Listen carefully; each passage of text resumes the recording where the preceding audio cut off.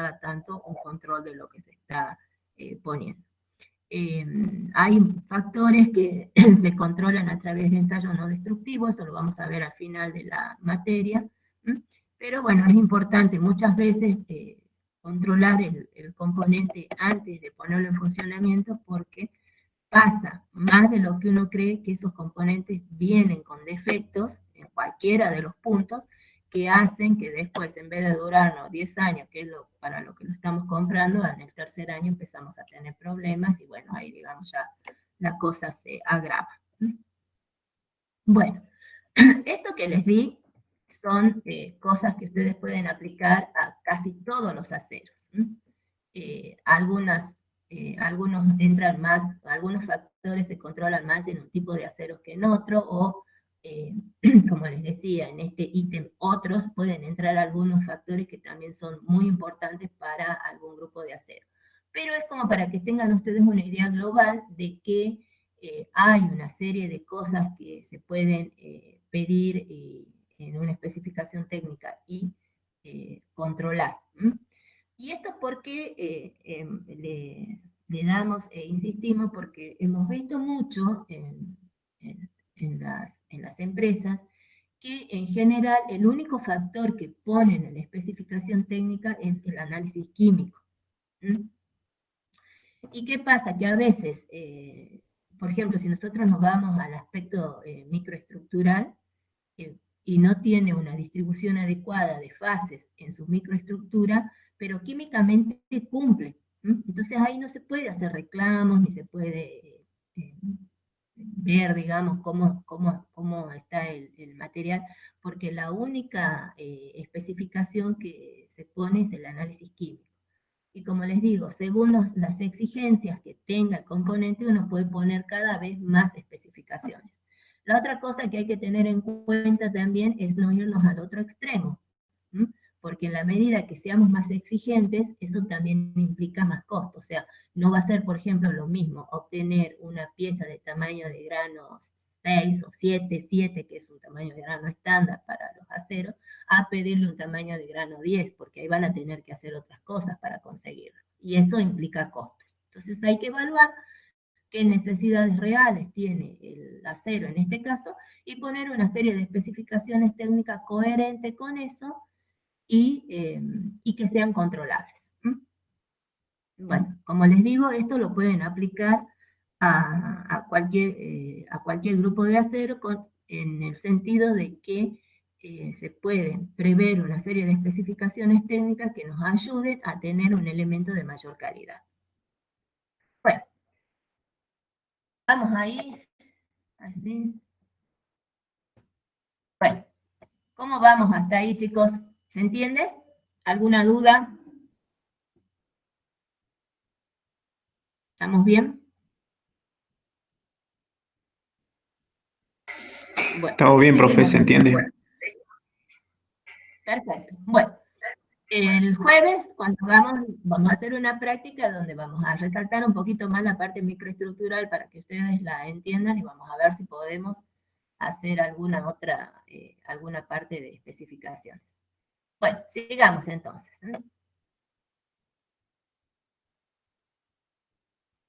Bueno, vamos a entrar entonces ahora al primer grupo de aceros, que son los estructurales. Recuerden de que habíamos dicho de que nosotros íbamos a trabajar con una clasificación de tipo tecnológica que se basa en el uso que tienen los aceros, ¿sí? Y son 4 grandes grupos, que son los aceros estructurales, los aceros de construcción mecánica, aceros inoxidables y aceros para herramientas, ¿sí? ¿Esto por qué? Ustedes tienen que pensar que no va a ser el mismo acero uno que yo destine.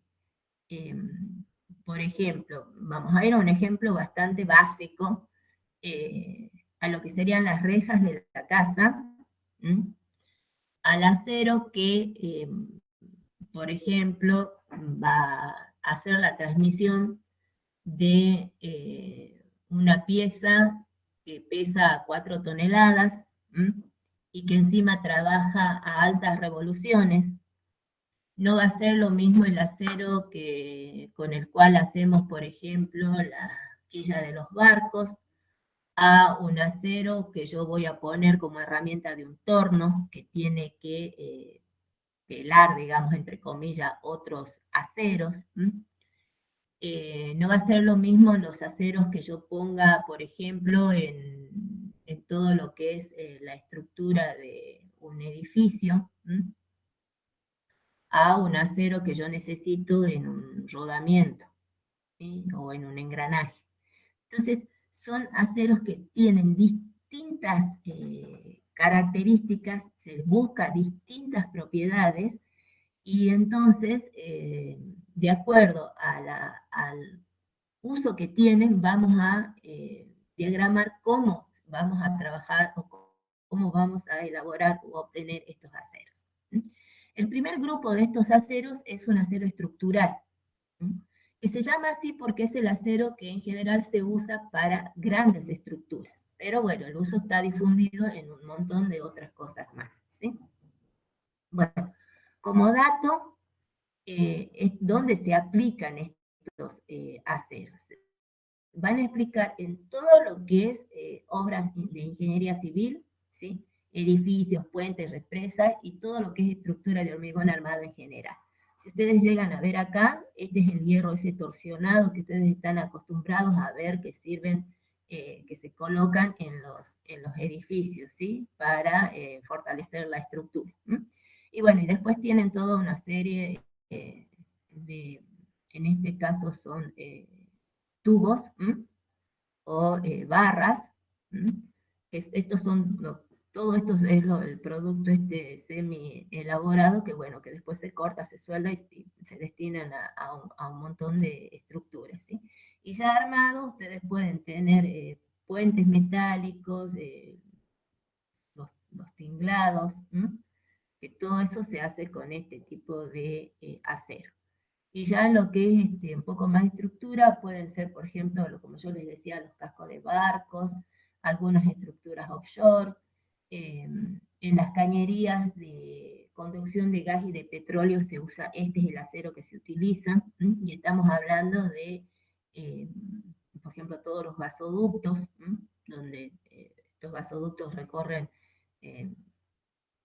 cientos de kilómetros, todo lo que es recipiente a presión, los tanques de almacenamiento, toda la chapa de los vehículos está hecho de este tipo de acero, tuberías. Como para que tengan idea, digamos, es un acero que es de uso muy, muy extendido, el acero estructural. Y es entre todos los aceros el más simple, tanto en su elaboración como en su composición química, como todo el diseño que tiene de elaboración, que ahora lo vemos.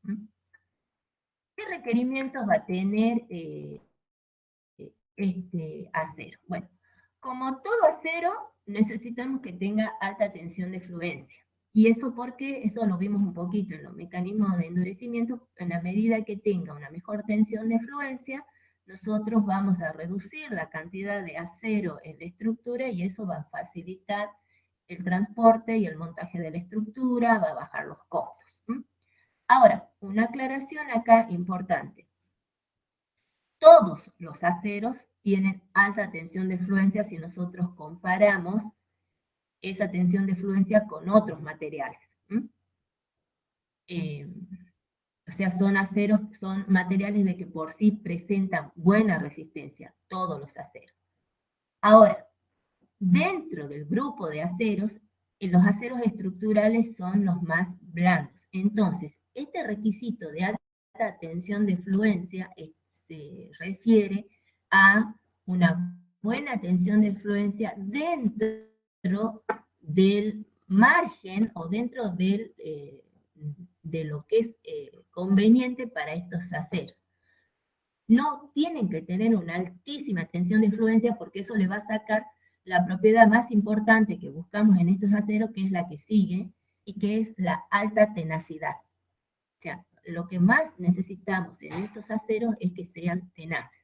Entonces, se le va a pedir una buena tensión de fluencia, pero dentro de un límite razonable para no perder tenacidad.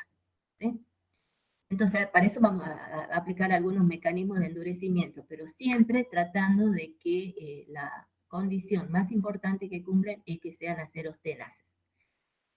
Dicho de otra forma, de todos los grupos de acero, estos serían los aceros de menor dureza o los aceros más blandos, ¿sí?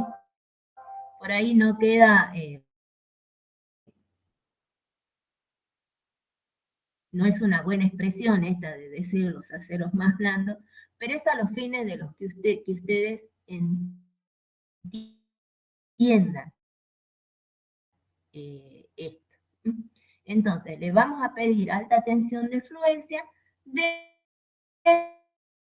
de lo posible y dentro de lo que puede ser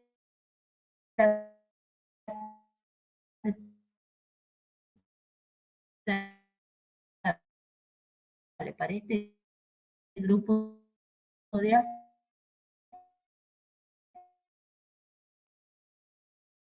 aceros, teniendo siempre, si nosotros nos vamos muy arriba con la tensión de fluencia, ya dejan de ser estructurales porque van a perder esa tenacidad que es la condición sine qua non para estos aceros. Entonces, la resistencia general significa, ustedes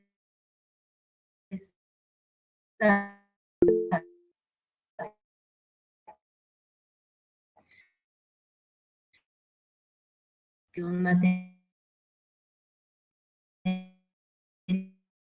de acero es que sean aceros tenaces. Eso es el centro, digamos, de estos. Una condición importantísima también es la alta soldabilidad. O sea, estos aceros tienen que ser fácilmente soldables. Ustedes han visto, por ejemplo, el puente, el tinglado, los mismos cascos de los barcos y los gasoductos, ya vamos a ver un poco más. Son todas estructuras que van soldadas. Entonces, se requiere que tengan soldabilidad.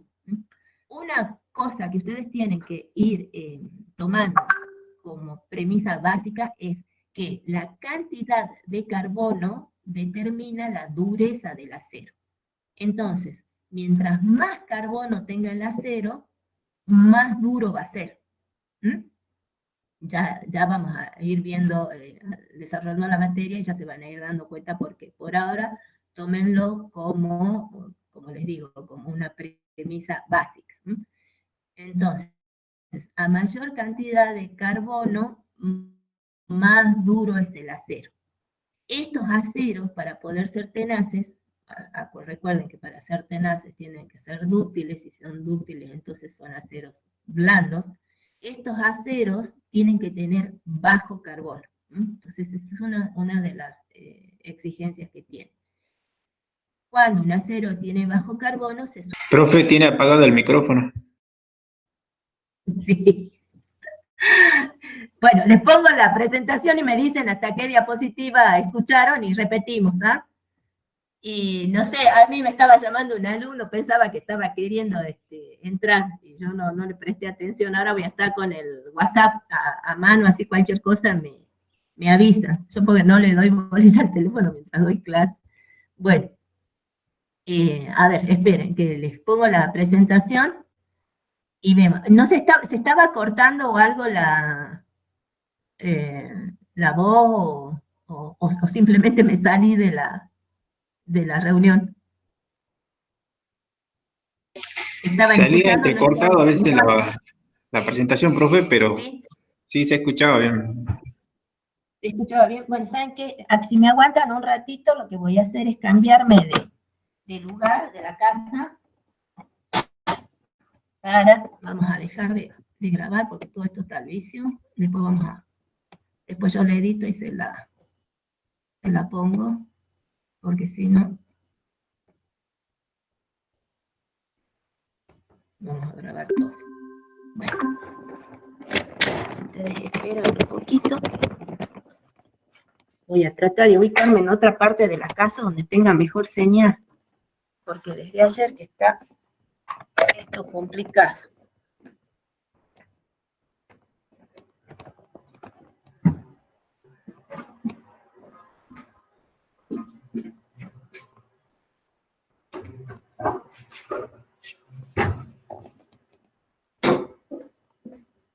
Vamos a ver si acá.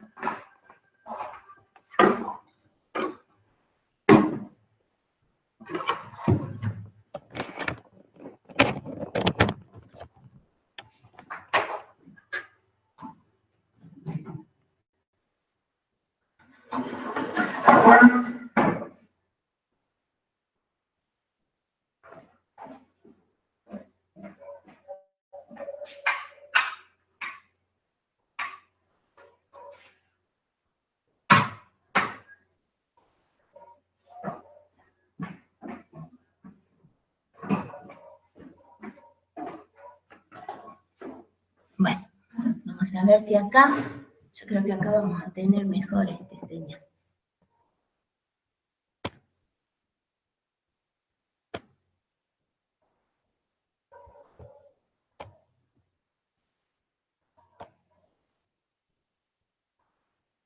Bueno, ¿desde dónde me fui? Ahora vemos. Acero estructurales, alta tenacidad, estaba explicando a mayor carbono, mayor dureza. Bien, a ver, entonces veamos, vamos a ver, vamos a poner la presentación y vamos a ver.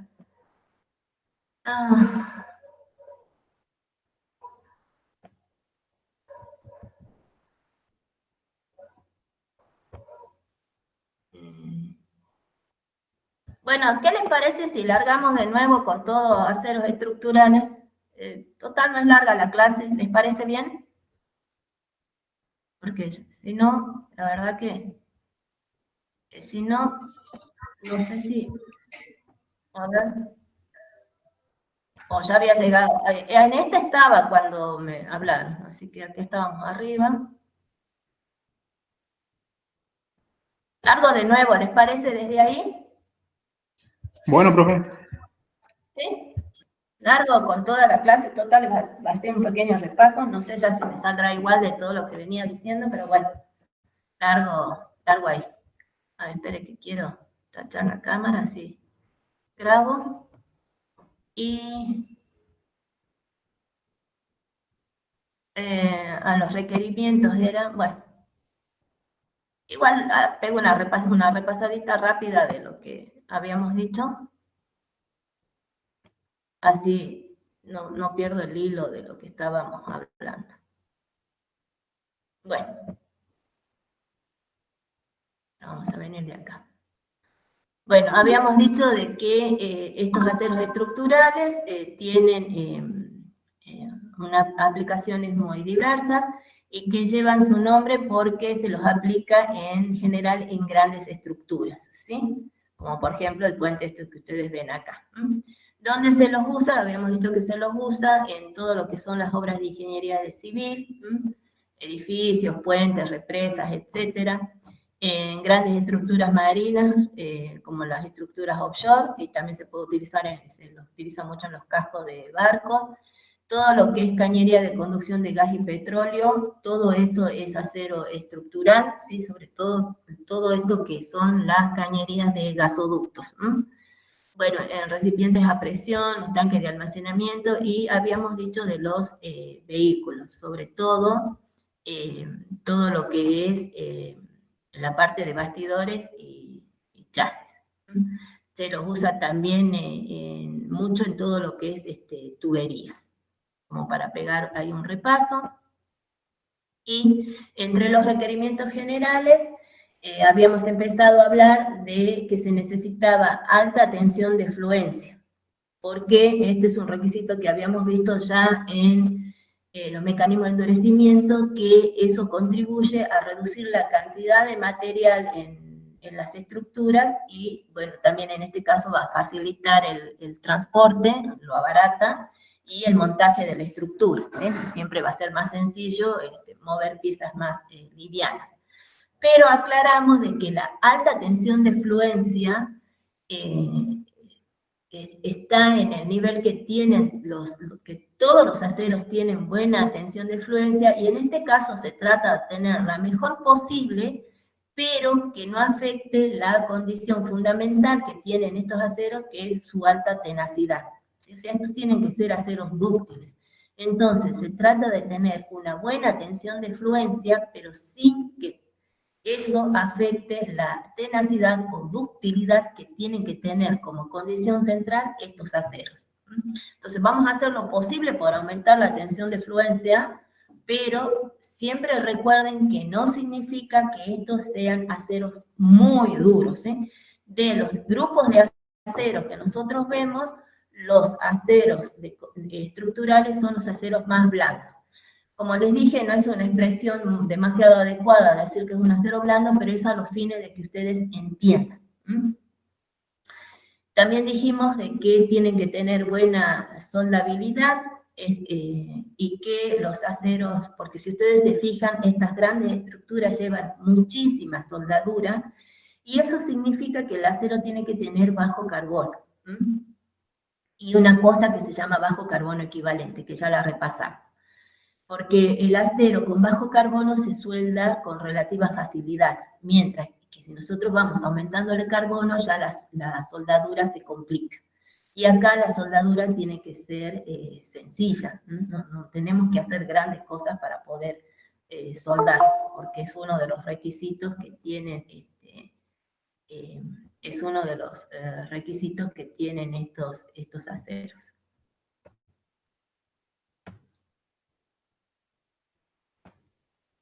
Bueno, voy a poner esto. Poner ahí. Bueno, y dijimos de que atado a la soldabilidad y a la tenacidad va a venir la alta conformabilidad, que esto no es más que la facilidad con que se toma forma. O sea, conformar quiere decir dar forma. Y si es alta, quiere decir que es fácil dar forma. Y el ejemplo más típico para esto es el estampado, por ejemplo, de la puerta de los vehículos, donde se coloca una chapa sobre una matriz y a través de una presión que se hace, se obliga a la chapa a tomar la forma de la matriz. Y eso tiene que ser fácil de hacer. Entonces, estos aceros tienen que tener alta conformabilidad. Y un último factor que habíamos nombrado era el bajo costo, porque como son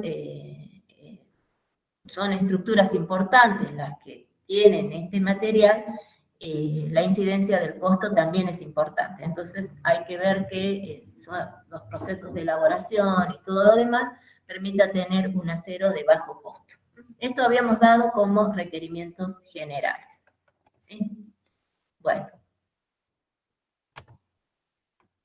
Esta la habíamos, acá me quedé, chicos, en esta diapositiva.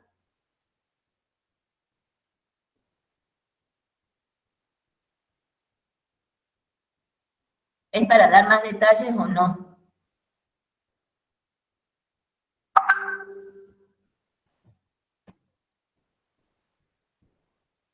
Requerimientos generales. A ver, veamos.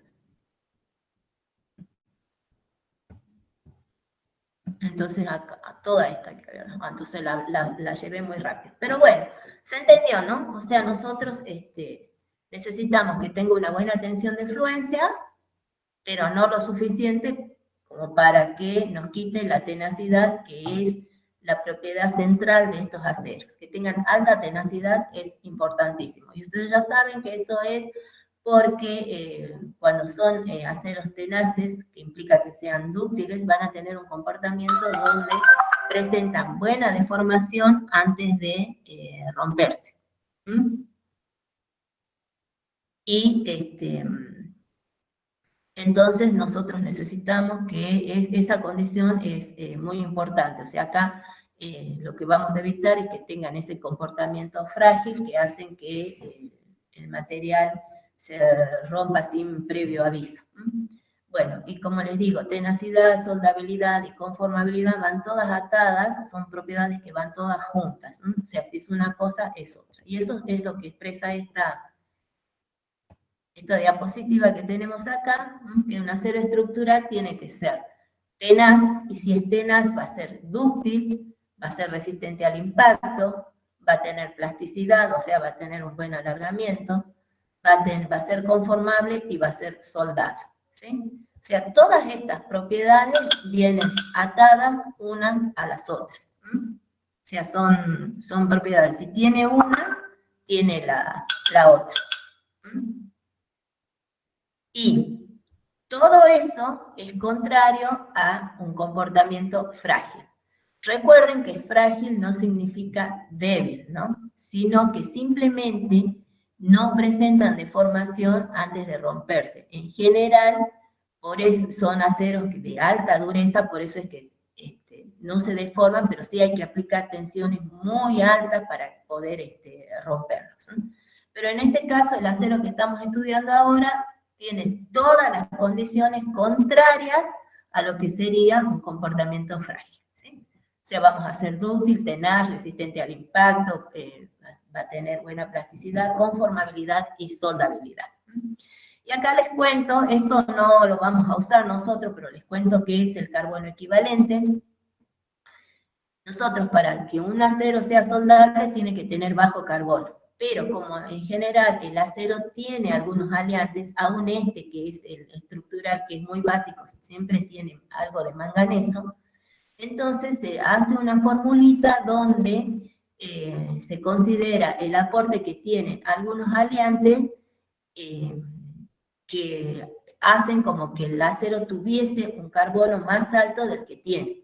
Entonces, a través de una formulita, se saca el carbono equivalente y lo que se solicita es que ese carbono equivalente sea menor al 0,5%. O sea, por eso es que nosotros arriba tenemos que dice que tanto el carbono como el carbono equivalente tiene que ser de niveles bajos. Bueno, entonces ahora vamos a ver qué principios de diseño o qué es lo que se hace para poder obtener estas propiedades. ¿Cómo se trabaja? Porque, bueno, nosotros decimos que el acero tiene que ser tenaz, soldable, conformable. Bueno, ¿qué hacemos? ¿Qué cosas aplicamos para poder obtener esto?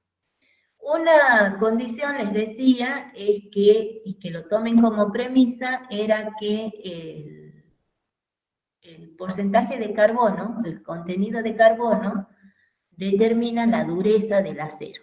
A mayor cantidad de carbono, mayor dureza va a tener el acero. ¿Sí? Eso tómenlo como norma, como ley, porque eso es así. Entonces, un primer requisito importante, que ya lo venimos nombrando, pero ahora lo vamos a acentuar, es que en su composición química estos aceros sean de bajo carbono. ¿A qué llamamos bajo carbono? En general, estos aceros hoy en día se encuentran con porcentajes menores, iguales o menores al 0,15%. En alguna bibliografía ustedes pueden encontrar que los aceros estructurales llegan a 0,20, en alguna otra les van a dar hasta 0,25. Eso era hace unos años atrás. Hoy en día, lo que hay en plaza normalmente no pasa el 0,15%, o sea, se trabaja mucho con chapas de 0,10, o sea, con material de 0,10 y de 0,15%. Esos son más o menos los dos porcentajes que se encuentran hoy en día en el material que hay en el mercado. ¿Sí? Se ha bajado un poco el porcentaje. Igual, si llegásemos a encontrar algo de 0,20, bueno, todavía por ahí lo podemos considerar estructural. Pero en la práctica, este dato que les estoy dando es lo que hay en plaza. ¿Sí? Vamos a trabajar con aceros de 0,10 o 0,15% de carbono. Eso se considera un acero, un bajo porcentaje de carbono. Y el mecanismo de endurecimiento que se aplica por excelencia a este tipo de acero es la reducción por tamaño de grano. ¿Por qué aplicamos este mecanismo? Porque recuerden que dijimos de que era el único que no afectaba la tenacidad. Y al no afectar la tenacidad, no va a afectar la soldabilidad, que es algo que se busca muchísimo en estos aceros. Entonces, este mecanismo es el mecanismo por excelencia. Otro mecanismo que también se aplica es el de endurecimiento por deformación en frío. ¿Sí? Ese es un mecanismo relativamente económico, entonces se puede aplicar en esto, y los niveles de dureza que dan son buenos, pero tampoco son excesivos. Entonces, también es otro mecanismo que se puede utilizar para este tipo de acero. Sí, una cosa que se hace es tratar de minimizar la cantidad de aleantes. En general, la composición química de estos aceros tiene lo básico y necesario para hacer acero, o sea, hacer hierro y carbono, y como aleante solamente manganeso. Y ahí paramos de contar. Y en este caso se evita la aplicación de tratamientos térmicos para lograr las propiedades. Ahí hay razones tanto técnicas como económicas, ¿sí? Por la cantidad de carbono bajo, no es susceptible de realizarles algunos tratamientos térmicos, que vamos a ver más adelante, y además, en algunos casos donde se hacen, algunos superficiales son costosos. Entonces, en general, se evita tener estos tipos de tratamiento porque aumentan el costo del material y además, como le digo, tiene algunos inconvenientes técnicos y van a tener la mínima cantidad de aleantes posible. En este caso, el aleante que es muy común y el único es el manganeso. Y eso nos va a llevar a que en cuestión de microestructura tengamos la microestructura más sencilla del acero, que es la ferrítica, perlítica, con predominancia de ferrita. O sea, van a ser, si pudieron ver la clase anterior, la parte de diagrama de hidrocarbono, ahí están explicadas todas las microestructuras, por lo menos las básicas. Entonces, esta sería la ferrítica perlítica. Recuerden que la ferrítica era la que es hierro prácticamente puro, y que era la microestructura más blanda. Entonces, para un acero que tiene que tener una tenacidad, lo lógico es que nosotros busquemos una microestructura blanda. Entonces, van a ser predominantemente ferríticas. Y van a tener algo de perlita. Recuerden que en la perlita ya teníamos teníamos una estructura laminar de carburo de hierro con ferrita, y un poco de eso se forma, pero en general van a ser matrices ferríticas con algunas lagunas de perlita. Esto lo vamos a ver con más detalles el jueves, pero para que ustedes vayan teniendo un poco de idea, esto sería, digamos, los principios de diseño. O sea, aceros de bajo carbono, con mecanismos de endurecimientos específicos que pueden ser deformación por deformación en frío o por reducción de tamaño de grano, donde no se tratan de utilizar aliantes, en un caso muy particular solamente que ya lo vemos, y no vamos a aplicar tratamientos térmicos. Eso serían como las condiciones o los principios generales de diseño. Bueno, veamos un poco lo que son los mecanismos de endurecimiento, que dijimos que básicamente eran estos dos. Nosotros recordemos, teníamos la ecuación de Holly-Page, que nos dice que la tensión de fluencia es directamente proporcional a la inversa de la raíz cuadrada del diámetro. Entonces, ¿qué es lo que nos dice? Que a medida que tengamos el diámetro más chiquito, vamos a tener una mejor tensión de fluencia. Esta. Bueno, y que era importante en este mecanismo que nosotros no perdíamos ductilidad. Ahora, les quiero mostrar cómo variaría el gráfico tensión-deformación en un acero que tiene un tamaño de grano más fino. Entonces, por ejemplo, nosotros podemos tener esta primera curva aquí hasta aquí, ¿no? Hacemos así la curva con un tamaño de grano normal. ¿Sí? Esta es la curva que ustedes ya conocen y está. Y a este mismo acero, ¿sí? Le aplicamos un mecanismo de disminución de tamaño de grano, puede ser por distintos medios. En este caso ya vamos a explicar que esto, vamos a tener un acero microaliado con niobio, que es un afinador de grano, y vamos a tener el mismo acero pero con grano más fino. Y entonces ustedes fíjense de que la tensión de fluencia aumenta, va a venir acá, ¿sí? Y vamos a tener la zona plástica, ¿sí? La zona plástica tendría que haber estado un poquito más corta acá, porque se acorta, pero aumenta la tensión de fluencia. Y una cosa que les quiero resaltar es que estos gráficos, y en general la de todos los mecanismos de endurecimiento, varían la tensión de fluencia aumenta, porque eso es lo que nos dice esta ecuación, que si yo bajo el tamaño de grano, la tensión de fluencia va a aumentar, pero ustedes fíjense que el crecimiento o este aumento de tensión viene dada sobre la misma pendiente original de la curva. ¿Por qué? Porque si ustedes se acuerdan, acá se cumplía la ley de Hooke, que nos dice que la tensión es es igual al módulo de Young por la deformación, y el módulo de Young viene a ser la pendiente. No sé si se ubican, sino después miren un poco la fórmula y se van a dar cuenta, ¿sí? Entonces, y el módulo de Young depende de las uniones internas del material, que eso no se modifica, entonces el módulo de Young no cambia. Por lo tanto, gráficamente, la pendiente tiene que mantenerse. Y el crecimiento de la tensión de fluencia se hace siguiendo la pendiente original de la curva, de la primer curva. Entonces van a hacer así, va a crecer la fluencia, va a aumentar la fluencia y va a tener su zona plástica. Entonces esto sería el efecto que le produce el afinamiento de grano.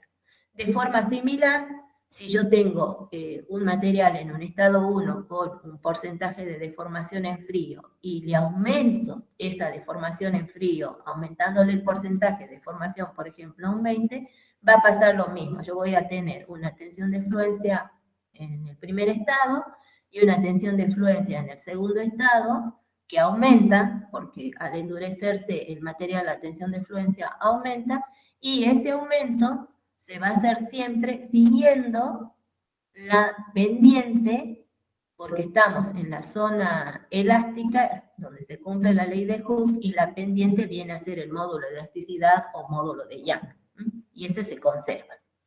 Entonces, esta es la forma de variación paramétrica que ustedes pueden ver gráficamente de cómo va a aumentar la resistencia mecánica en estos aceros con este mecanismo de endurecimiento.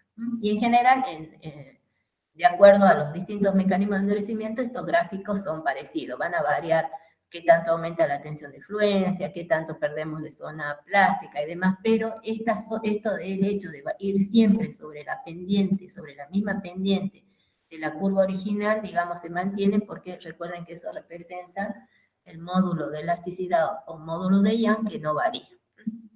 Y bueno, y lo que tenemos acá, ya lo habíamos visto en la parte de mecanismos de endurecimiento, donde nosotros a un tamaño de grano menor lo que teníamos era un corrimiento de la curva de resistencia al impacto hacia la izquierda,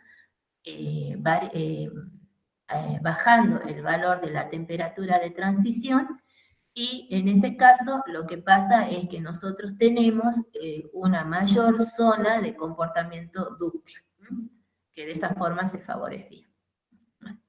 Esto a tipo de repaso, ¿sí? Entonces, acá no le vamos a aplicar otros mecanismos, por ahí se aplica en algunos casos, pero en forma superficial y todo eso, por eso no se los quiero dar, algo de solución sólida y demás, pero digamos los que se aplican en forma general y mayoritaria son estos dos. Por ejemplo, el hierro torsionado que ustedes conocen de construcción, que es ese que viene como estriado, nosotros lo tenemos acá, este hierro, no sé si lo llegan a ver, este hierro, que ustedes esto lo ven siempre en las construcciones, ese hierro, que se llama hierro torsionado precisamente, se endurece a través de deformación en frío. O sea, ese lo fabrican, lo someten a torsión y queda más duro que el inicial. Y bueno, entonces, como les digo, este mecanismo no es tan caro de aplicar, entonces ahí se pueden mantener en valores razonables el material. Este es un poco más caro, este requiere más pasos, pero bueno, en algunos casos se encuentra más que justificado que tengamos tamaños de grano fino por el nivel de exigencia que tienen los componentes en cuanto a presiones a soportar. Bueno, en cuanto a clasificación, nosotros vamos a distinguir en este grupo de estructurales 3 grupos. Esto es bibliográfico, ya les explico cuáles son las variantes en la actualidad. Ustedes van a tener acero al carbono, que este es un acero que solamente tiene hierro y carbono nada más, o sea, el más común de todos. Y después van a tener aceros al carbono manganeso, que en realidad lo que hay hoy en día es esto. O sea, ya casi ningún acero viene sin manganeso. O sea que nosotros en la actualidad estaríamos partiendo desde acá. Y el manganeso ayuda a que tenga una mayor resistencia.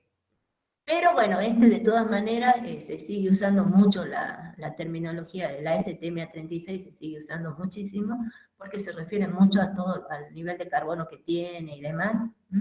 Pero bueno, hoy ya en día todos vienen con manganeso. Y después tienen un grupo muy particular que ahí van a entrar los aceros que son de bajo tamaño de grano, que se llaman aceros microaliados, o los van a ver por ahí como los aceros HSLA. Estas son las siglas en inglés de High Strength Low Alloy, o sea, alta resistencia, baja aleación. Lo van a encontrar así. ¿Qué quiere decir? Que se le agrega pequeñísimas cantidades de algunos elementos que forman carburos, nitruros o carbonitruros, y el elemento por excelencia que se está agregando actualmente es el niobio, niobio y vanadio más que nada, pero sobre todo niobio. ¿Y qué hacen esto? Estos refinan el tamaño de grano, fundamentalmente. Estos actúan cuando el grano está creciendo. Ustedes tienen 2 etapas, que es la de nucleación y crecimiento. Si un material tiene pocos núcleos, va a tener granos grandes, porque bueno, al tener pocos núcleos permite que esos granos se vayan creciendo hasta que se encuentren uno con otro. Como son pocos, bueno, los granos van a ser grandes. O pueden tener muchos núcleos, y en ese caso el tamaño de grano va a ser pequeño, porque pronto se van a encontrar con otro que obstaculiza el crecimiento de cada grano, ¿sí? Entonces, todos estos elementos son nucleantes, o sea, lo que permite es que el material se formen muchos núcleos, de manera tal que nosotros llegamos a tener el tamaño de grano finito. Y eso requiere además que se haga con temperatura. Entonces, tener un acero microaliado, un acero estructural microaliado, que nos garantiza tener la tenacidad, que sea soldable y demás, pero que además tenga grano pequeño, implica también un mayor costo, como les decía.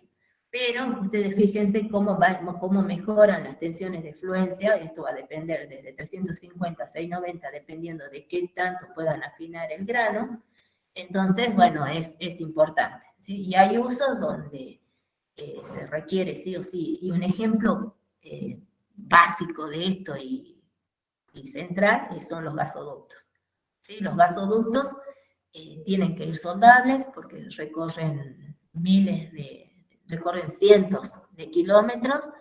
Entonces utilizan mucha soldadura, pero a la vez están sometidos a mucha presión, y por cuestiones de seguridad y demás tienen que ser resistentes. Entonces, por ejemplo, los gasoductos son todos aceros microaliados. Son aceros estructurales porque tienen que ser soldables, pero son aceros que están con tamaño de grano finito, entonces son aceros de tipo microaliado. Pero como les digo, la diferencia de costo entre esta y esta es considerable, entonces, bueno, donde se justifique requerir resistencia a determinadas presiones, bueno, afinaremos el grano con todas las tecnologías que hay y las formas, pero bueno, eso también aumenta el costo del material. Para que ustedes tengan idea, por ejemplo, el tamaño de grano normal de un acero, una STM-A36, que es el más común, están entre 6, 7 y 8. Esto es lo normal, ¿sí? No es conveniente, por ejemplo, si ya empiezan a tener un tamaño de grano más grande. Recuerden que el número es de 1 a 10, va en la norma, entonces sale un poquito, y que 1 son los tamaños más grandes y 10 son los tamaños más pequeñitos de grano. Pero bueno, en un acero normal el tamaño de grano más o menos está alrededor de 6, 7, 8, mientras que en un acero microaliado con novio se puede llegar a conseguir aceros de tamaño de grano 12, 13, 14. Pero llegar a esto, como les digo, aumenta considerablemente el costo. Esta norma que les nombran acá, la STM 112, es la que se refiere al tamaño de grano, es la que determina esta escala. O sea, qué número le corresponde a qué diámetro de grano. Bueno, pero más o menos para que ustedes tengan idea cómo se afina el grano, nos vamos a estar yendo a estos valores, que bueno, esto ya... Yo vi una sola vez que me trajeron un acero de gasoducto, vi uno de tamaño 12, fue lo máximo que llegué a ver en estos microaliados. Pero bueno, se pueden manejar como para obtener tamaño de grano más finito y eso hace que tengan mucha mejor resistencia mecánica, ¿no? Con lo que, bueno, se espera que sean mucho más seguros, como les decía, en el caso de los gasoductos. Bueno, con respecto entonces a las propiedades mecánicas, hay ensayos que se realizan. Ustedes recuerden que no van a tener siempre la posibilidad de hacer estos ensayos, pero bueno, existen y se pueden controlar. De todas maneras, hay centros donde los hacen y se pueden obtener algunos datos. Y si no, bueno, muchas veces lo que se hace, como les decía yo, es pedirle al proveedor los datos en caso de que ellos hagan ensayo, o bien tener algún tipo de dato y buscarlos a través de tablas, ¿sí? En el caso de resistencia mecánica, que ustedes saben que cuando hablamos de resistencia mecánica estamos hablando de tensión de fluencia, alargamiento y resistencia máxima, o sea, los factores que salen del gráfico tensión-deformación, o de lo que es lo mismo del ensayo de tracción. La resistencia al impacto se obtienen de ensayos de impacto.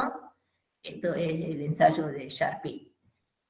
La dureza, ensayos de dureza, estos son muy fáciles de hacer porque se trabaja con durómetros. Hoy en día los durómetros vienen ya del tamaño de un celular, así que son fáciles de transportar y de hacer. Algo de esto vamos a hablar el jueves. Para ver la conformabilidad hay un ensayo de acopado, donde lo que se hace es hacer que una chapa tome una forma de una copa que ya está estandarizada. Y después hay un ensayo de tenacidad a la fractura, donde el material se ensaya ya con una fisura inicial y lo que determina este ensayo es qué tanto aguanta el material cuando ya viene con una falla, que en este caso es una fisura. Entonces, este ensayo tiende a ver la estabilidad de las fisuras. Y esto se hace porque normalmente el material es muy difícil que venga en un estado perfecto, entonces hay que ver, digamos, si tiene una fisura pequeña, si realmente afecta o no, bueno, eso se puede trabajar. Entonces, más o menos estos serían las propiedades y estos serían los ensayos con los que se pueden controlar esas propiedades.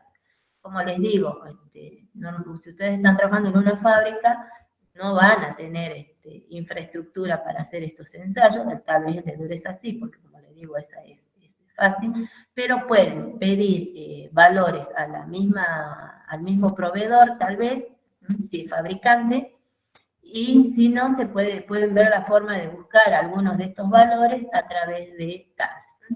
Y normalmente, bueno, ya hay muchísima información en bibliografía como para que uno pueda encontrar, y en general la selección no va a estar a cargo de ustedes, eso lo tiene que hacer un experto, pero sí ustedes tienen que estar en condiciones de entender, por ejemplo, si se les acerca una especificación técnica, tienen que estar en condiciones de entender, por ejemplo, si el valor de resistencia mecánica es adecuada, si el acero está, tal vez analizar una composición química, que son cosas que son accesibles, porque yo las converso y las charlo en general con los ingenieros en las fábricas, y al hecho de tener, digamos, formación técnica les permite entender. Entonces, estas son cosas que ustedes, llegado al caso, pueden llegar a entender.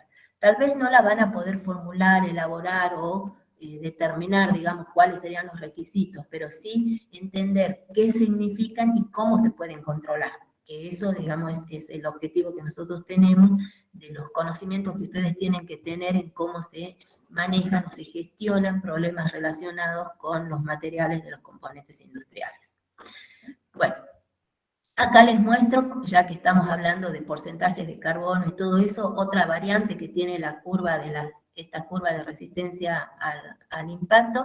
Esta es la que nosotros presentamos y conocemos, que es para un acero estructural, precisamente, fíjense, el nivel de carbono está alrededor del 0,11, ¿sí? Nosotros dijimos que 0,10, 0,20, entre 0,10 y 0,15 más o menos están los aceros estructurales. En plaza van a encontrar 0,10 y 0,15. O sea, no se hace 0,11, 0,12, 0,13, ¿no? Porque ya saben de que una cosa es la bibliografía de escritorio y otra cosa es lo que la empresa hace. O sea, no van a hacer un acero 0,11%, por ejemplo, hacen directamente el 0,10% y ese es el que se comercializa.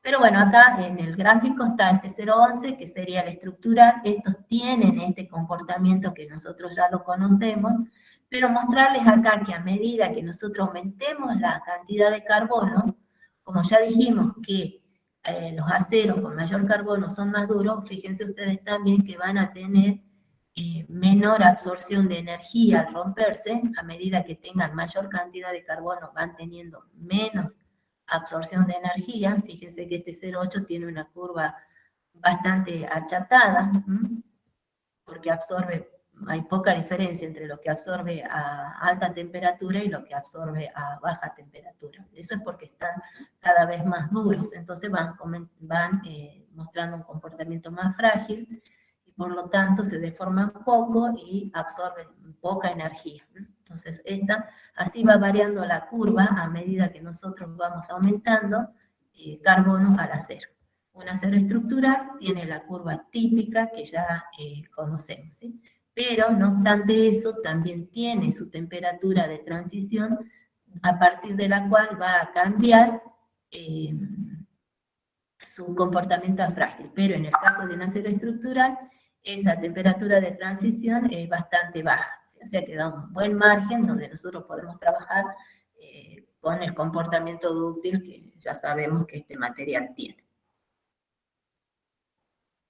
Bien. Bueno, por último, mostrarles algunas estructuras o algunos usos de este acero. Bueno, algo tan básico como un tinglado. Todo el hierro que se trabaja ahí es acero estructural. Los puentes metálicos son aceros de tipo estructural. Como les decía, todos los cascos de los barcos son de aceros estructurales. Estos se trabajan a través de chapas que van soldadas. Imagínense la cantidad de soldadura que tienen, así que se necesita que tengan esa condición de ser soldables. Los gasoductos, fíjense que estos son los gasoductos que transportan gas desde la planta hasta una distribuidora, ¿no? Son gasoductos que recorren, como les decía, en general cientos de kilómetros. Y bueno, no hay tubería de esa longitud. Entonces, todos estos tubos van soldados. Entonces, necesitan tener una buena soldadura. Y además, como estos transportan fluidos a presión y además tienen toda la presión del entorno, entonces necesitan tener buena resistencia. Entonces, en este caso, estas chapas son, por ejemplo, en general son aceros HSLA, que se ponen, pero son estructurales, para que ustedes vean ahí cómo están. Para darles ejemplos, digamos, de uso en la industria, por ejemplo, todos los cascos de los hornos, en este caso son hornos rotativos, son de aceros estructurales. Adentro irán con algún refractario, cosa que ya vamos a ver, pero los cascos son aceros estructurales. Y también como un ejemplo, la aplicación industrial, por ejemplo, esto que tienen acá ustedes es un ventilador exhaustor, o sea, un ventilador que extrae gases en este caso es de un sistema en la parte de producción de clúster de cemento. Todo lo que es el ventilador es estructural, tanto el ventilador, los álabes, todo, ¿no? Los ductos estos de extracción también son de estructural, mientras que el eje que mueve este ventilador, que tiene 4,5 metros de diámetro, ese ya es de otro acero. Pero, a modo de ejemplo, en la parte industrial, van a encontrar mucho la aplicación de este acero. Bueno, eso sería como para que vean algunas aplicaciones. Entonces vimos qué requerimientos tienen estos aceros, cómo se logran esos requerimientos y cuáles son los usos más clásicos de este acero y la variante de propiedades que pueden llegar a tener. Así que bueno, eso sería presentarles este acero para que ustedes lo vayan conociendo. Como les decía, es el primer grupo, es el más sencillo de todos los aceros, pero es también el que tiene un uso más difundido entre los grupos que les vamos a presentar. Así que bueno, esa sería la clase.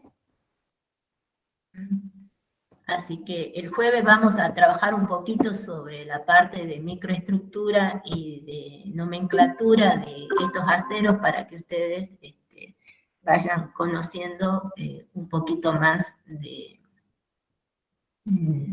cómo son en la parte microestructural y bueno, cómo eso cierra con las propiedades que tienen ya en las propiedades que muestran ya el material en servicio. ¿Sí? Bueno, eso sería la clase, chicos. ¿Alguna pregunta?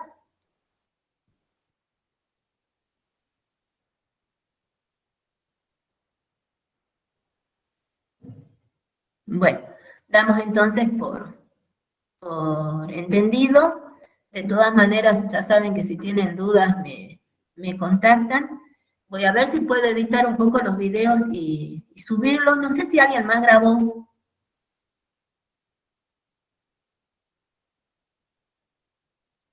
Bueno, yo voy a ver si puedo editar los videos porque están todos cortados y como...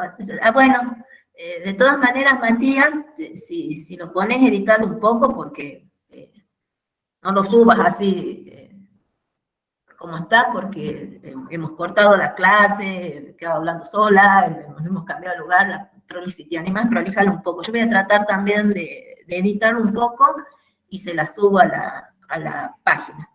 De todas maneras, como les digo, si tienen dudas o algo, ya sea me contactan o, sí, el PowerPoint lo subo, eso seguro, no hay problema. Si tienen duda o algo, me contactan, o la próxima clase dedicamos un ratito antes a las dudas que puedan tener o alguna cuestión que quieran conversar y todo eso. No dejen de ver, chicos, las clases que tenían que ver por su cuenta, o sea, son clases cortas, sobre todo la primera les muestra todo el proceso de elaboración, que eso, digamos, es para que ustedes conozcan un poco, sobre eso no les vamos a tomar cosas. Y con respecto al diagrama de hierro-carbono, tampoco acostumbramos a tomarlo para que ustedes lo conozcan punto y coma, sino, digamos, es entenderlo y que ustedes sepan qué microestructuras se pueden originar y qué se ven y cómo se obtienen, ¿sí? Así que no dejen de mirarlos porque les dan información que es importante y que por ahí pueden necesitar. no tienen que aprendérselos, pero sí por lo menos los tienen que entender y ver. El jueves vamos a trabajar con microestructuras, así que por lo menos el diagrama de hidrocarbono traten de tenerlo visto porque vamos a usar terminología que está en esa clase. Bueno, chicos, nos estamos encontrando el jueves a las 15. Bueno, y ahí hacemos un poco... profe, nos vemos.